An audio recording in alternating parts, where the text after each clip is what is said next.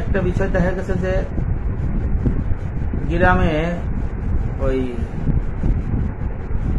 পঞ্চায়েত আছে, আমাদের এলাকায় এরকম পঞ্চায়েত বলে না, সমাজ আছে, আমাদের এলাকায় এরকম সমাজ বলে না। সমাজে গরু বা ছাগল জবাই দিয়ে 3 ভাগের 1 ভাগ মাইককে তাদের দিতে হবে, রেখে দিতে হবে। আবার আমাদের কাশিয়ানী উপজেলার মাঝরাতে, সাজার ইউনিয়নের মাঝরাতে দেখলাম একজন লিখছে যে মসজিদের চাঁদা যারা দেয় নাই তাদের ওই যে 3 ভাগের 1 ভাগ যে মানুষকে দেওয়ার যে গোস্ত দেয় না, তোমরা বলছেন যে আপনারা মসজিদে চাঁদা দেন না, আপনারা গোস্ত পাবেন না। ওরা অবশ্য কুরবানি দেয় নাই, ফিরে আসছে। আসলে এই বিষয়টা একটা নাজায়েজ কাজ হচ্ছে।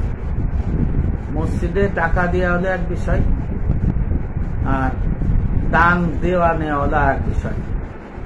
কুরবানি দাতার সন্তুষ্টি নিয়েই কিন্তু কুরবানি গোস্ত বিতরণ করা হয়। এখানে জোর জুলুম করে বিতরণ করতে পারবেন না।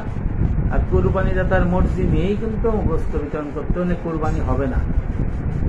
এখন কাশিয়ানীর পান্ন সমাজের নেতা, সে তার অধীনে গোস্ত দেওয়া হলো, সে ফরমান জারি করে দিল তার গ্রামে তার মসজিদে যারা টাকা দেয় না মাসিক, তাদের গোস্ত দেওয়া হবে না, আর যারা দেয় তাই গোস্ত দেওয়া হবে। সেই ক্ষেত্রে কি হলো, এখানে একটা বিভাজন তৈরি হলো যে মসজিদে টাকা না দিলেই তাকে সমাজের থেকে বাইরে দেওয়া হলো, গোস্ত দেওয়া হবে না।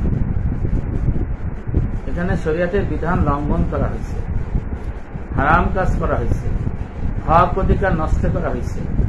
যারা করছে তারা নিঃসন্দেহে এই জন্য আল্লাহর কাছে শাস্তির যোগ্য অপরাধী হবেন। আর যাদের গরু দিয়ে এটা করা হয়েছে তাদের কুরবানি হয় নাই। কারণ মসজিদে দান করা বা মসজিদে হাদিয়া দেওয়া হলো এক ধরনের ইবাদত। এটা যার যার মর্জি, যাদের অ্যাবিলিটি আছে তারা দিবে, আর ইমাম যদি ভালো না লাগে দিবে না, মসজিদের কমিটি যদি ভালো না হয় দিবে না। এটা তার স্বাধীন, এটা ম্যান্ডেটরি নয়। আর মসজিদের টাকা দেওয়ার সাথে কুরবানির গোস্ত, যাকাত, ফিতরার বিষয় সংশ্লিষ্ট নয়। কুরবানির গোস্তের হকদার কারা? সবাই, ধনী দরিদ্র সবাই। মানে আত্মীয় স্বজন ধনী হইলে পাবে না, পাবে।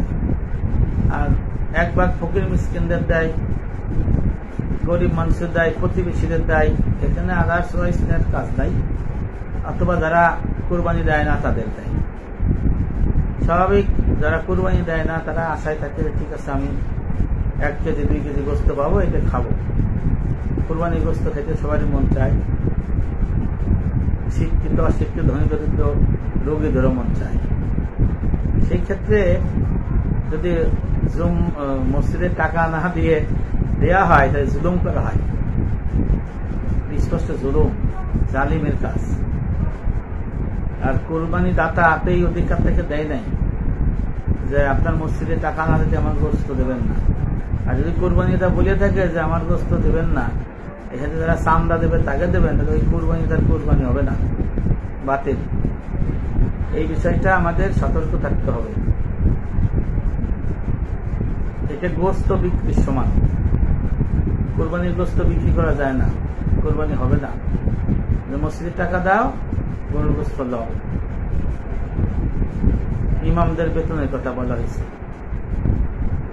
নবী করিম ইসলাম জমানায়, খোলাফায়ে রাশিদিন জমানায় ইমামের বেতন ছিল না, কেউ দিত না। পরবর্তী মুস্তাহিদ ইমামগণ এটা বানাইছে, কিন্তু হানাফি মাযহাব অনেক পরে এটাকে জায়েজ বলছে, আর এটা জায়েজ বলে নাই। সেই ক্ষেত্রে মসজিদের চান্দা দেওয়া না দেওয়ার বিষয়ে দান জাকাত দেয়া নির্ভর করে না। ওই মসজিদের ইমাম যদি এটাকে সমর্থন করে তার পিছনে নামাজ হবে না, আর হইলেও সওয়াব পাবে না, সে ফাসিক, কারণ সে শরীয়তের বিধান লঙ্ঘন করছে। এই বিষয়টা দেখা গেছে একটা সামাজিক ভাগের বিষয়ে। আর একটা বিষয় আছে যে আপনি খাসি দিলেন, 12 কেজি গোস্ত হয়েছে, 8 কেজি 4 কেজি আপনি পাইলেন, 4 কেজি আত্মীয়, 4 কেজি মিসকিন, আপনার নিজের লাগে 10 কেজি, তাহলে আপনি 2 কেজি দিতে পারেন অথবা নাও দিতে পারেন, যে আপনার ব্যক্তির গুণা হবে না। আপনি যদি জানেন যে আপনার নিজের লাগে, সেই ক্ষেত্রে আপনি দিবেন কেন? আর নিজের লাগবে না সেই ক্ষেত্রে দিবেন। আপনি গরু দিলেন একটা, কিন্তু আপনার ভাই বোন আত্মীয় স্বজন কোরবানি দেয় না, সেই ক্ষেত্রে আপনার 3 ভাগের 1 ভাগ থেকে আপনার থেকে দিয়েও মিট আপ হয় না। সেই ক্ষেত্রে আর 3 ভাগের 1 ভাগ থেকেও যদি আপনি গরুর গোস্ত নিয়ে দেন তাহলে আরো সুবিধা হয়। কিন্তু সমাজে কি হয়, একবারে আপনি যদি গরু কাটা হইতেছে, আপনি ওই যে প্রথমে রান্না করে খাওয়া একটা সুন্নতের বিষয় আছে, উপর থেকে 2-5 কেজি নিয়ে আসছেন, ওরা আবার ওটা মাইপে রাখে যে কয় কেজি নিল, যেমন গরু তার সব তার মাইপে দেখে কত নিল, মানে এরা মনে করছে যে যদি সমান ভাগ না হয় কুরবানি হবে না। এই ধরনের গলত ভুল। আমার মনে সব চাই, আমি সব দাম করে দেবো, আমার মনে অর্ধেক চাই অর্ধেক দেবো, 3 ভাগের 1 মুস্তাবামত 3 ভাগ, আর আমি আমার লাগে প্রয়োজনে আমার আত্মীয় স্বজনদের দেবো, ভাই বোনদের দেবো, বাইকদের দেবো, বাপ মারে দেবো, একটু বেশি করে দেবো, সেক্ষেত্রে আমি নিতে পারি। সেক্ষেত্রে সামাজিক ভাগ তখন এই মনের ইচ্ছার থেকে দূরে সরাই দেয়। এই জন্য 3 ভাগের 1 ভাগ বা অর্ধেক এরকম না করে যদি সদিচ্ছা থাকে তাহলে বলতে হবে যে আপনি আপনার কোরবানি থেকে যা মন চায় সেটা আমাদের দিবেন। অনেকে অর্ধেক দিয়ে গেছে খুশি মনে, সেটা আবার কাউকে বাদ দেওয়া যাবে না, কাউকে চান্দা দেয় না এদিকে মসজিদ দেওয়া যাবে না, এরকম ভাগ করা যাবে না।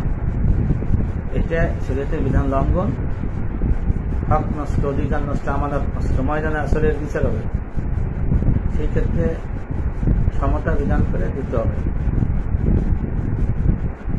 এই হলো আপনার কোরবানির গোস্তের বিষয়।